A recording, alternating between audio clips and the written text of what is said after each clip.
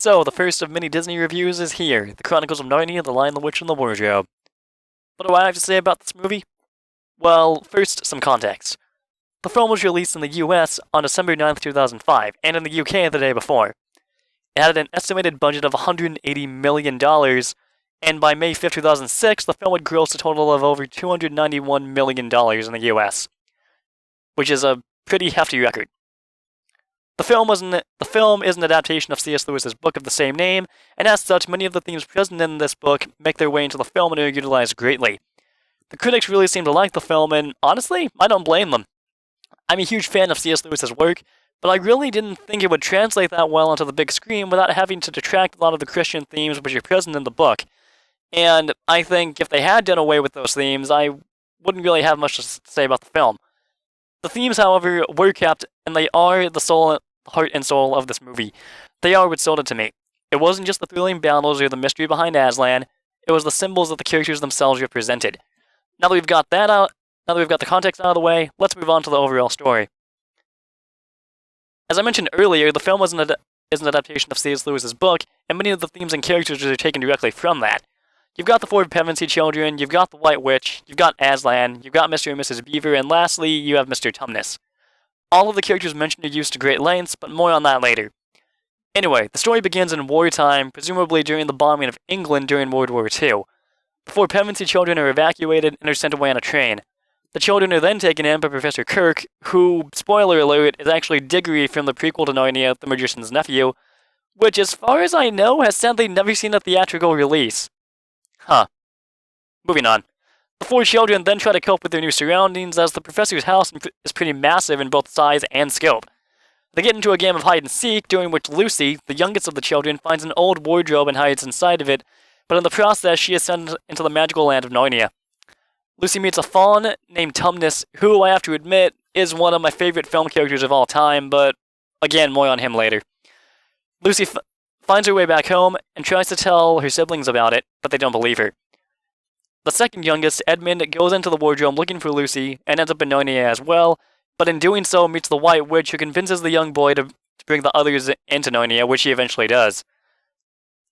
Anyway, when they are all in Narnia, the children make their way to Mr. Tumnus' home, only to find the place ransacked and a note left on Tumnus' door, which states that Tumnus has been captured for treason against the White Witch. The children then make their way to a dam, where they meet two very likable beavers, who explain that they are the four chosen children mentioned in an ancient prophecy. This prophecy states that four children from the human world will free Narnia with the help of Aslan, a mystical lion. They all leave to set out, except for Edmund, who has gone to the White Witch with hopes of joining her. The witch, however, is really mad about this, as earlier on in the film, when they first met, she told Edmund to bring his other three siblings to her house, but since he failed to do so, she's naturally really mad at him. And instead of rewarding him, she locks him up in her dungeon. So yeah, Edmund's having a pretty bad day. Anyway, the children, thinking that the White Witch is after them, are all apprehended by a Santa-like figure known as Father Christmas, who gives each of them presents. Peter gets a sword, Susan gets a bow and arrow, and Lucy gets a cordial, which has magical properties. Eventually, the other three children, with the beaver's help, make their way to the stone table where Aslan is waiting. Eventually, the White Witch makes her way to the stone table with an army of her own creatures, and she offers Aslan a deal: his life for Edmund's. Now this really shows you that Aslan represents Jesus Christ in this scenario, and that the White Witch is symbolized as the devil, or Satan if you will. Lucy and Susan follow Aslan, and I gotta admit, I was crying by this point due to having already read the book several times, and I knew that Aslan was going to die, and I'll admit it still chokes me up, mostly due to the biblical tie-ins. I mean, the stone table is Lewis's version of the cross of Calvary, and Aslan's sacrifice for Edmund is Lewis's version of Christ's sacrifice for us all on the cross. And the image of Aslan's return, where he stands in the sun and roars triumphantly, is a very beautiful and satisfying scene, and it certainly made me cheer. After Aslan's return, he and the others storm the White Witch's castle in an attempt to restore the stone-turned Narnians to life.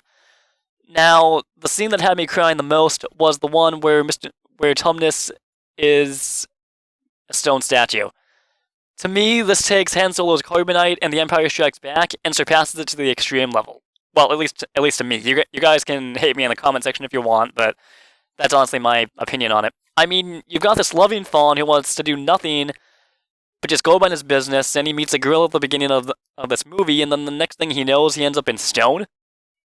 That's pretty cruel and horrible, and Tumnus certainly didn't deserve it. I also think that the way that Aslan restores the Narnians with his breath is also a nice touch. It adds a more supernatural feel to the character, which is rightfully placed. With the Narnians revived, Aslan leads them to the battlefield, at which Peter has already led an army into battle against the White Witch and her own forces, but it's clear that Peter's forces are getting decimated by the witches, although they are holding on, but just barely. Eventually, however, the witch is cornered by Peter, and they have a pretty good and really suspenseful fight. Eventually, though, Peter is disarmed and knocked down, and when it looks like the witch is about to deliver the killing blow, he is saved at the last minute by Aslan, who destroys the witch before proclaiming, "It is finished." Another biblical tie-in. There is a little epilogue, which features a rather heartwarming scene where the children are all crowned kings and queens, and just like the book, they rule Narnia for a bit, but eventually make their way back to the human world.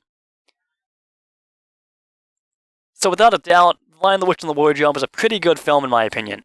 If you haven't seen it or read the book, I invite you to do so, as you will not be disappointed by either of them. And as such, I'm giving The Chronicles of Narnia, The Lion, the Witch, and the Wardrobe a 5 out of 5.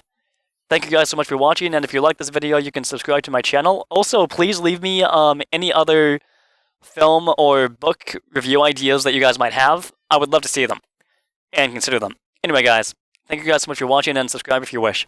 Dragon Fist out. Bye-bye, everybody. Have a great day. God bless.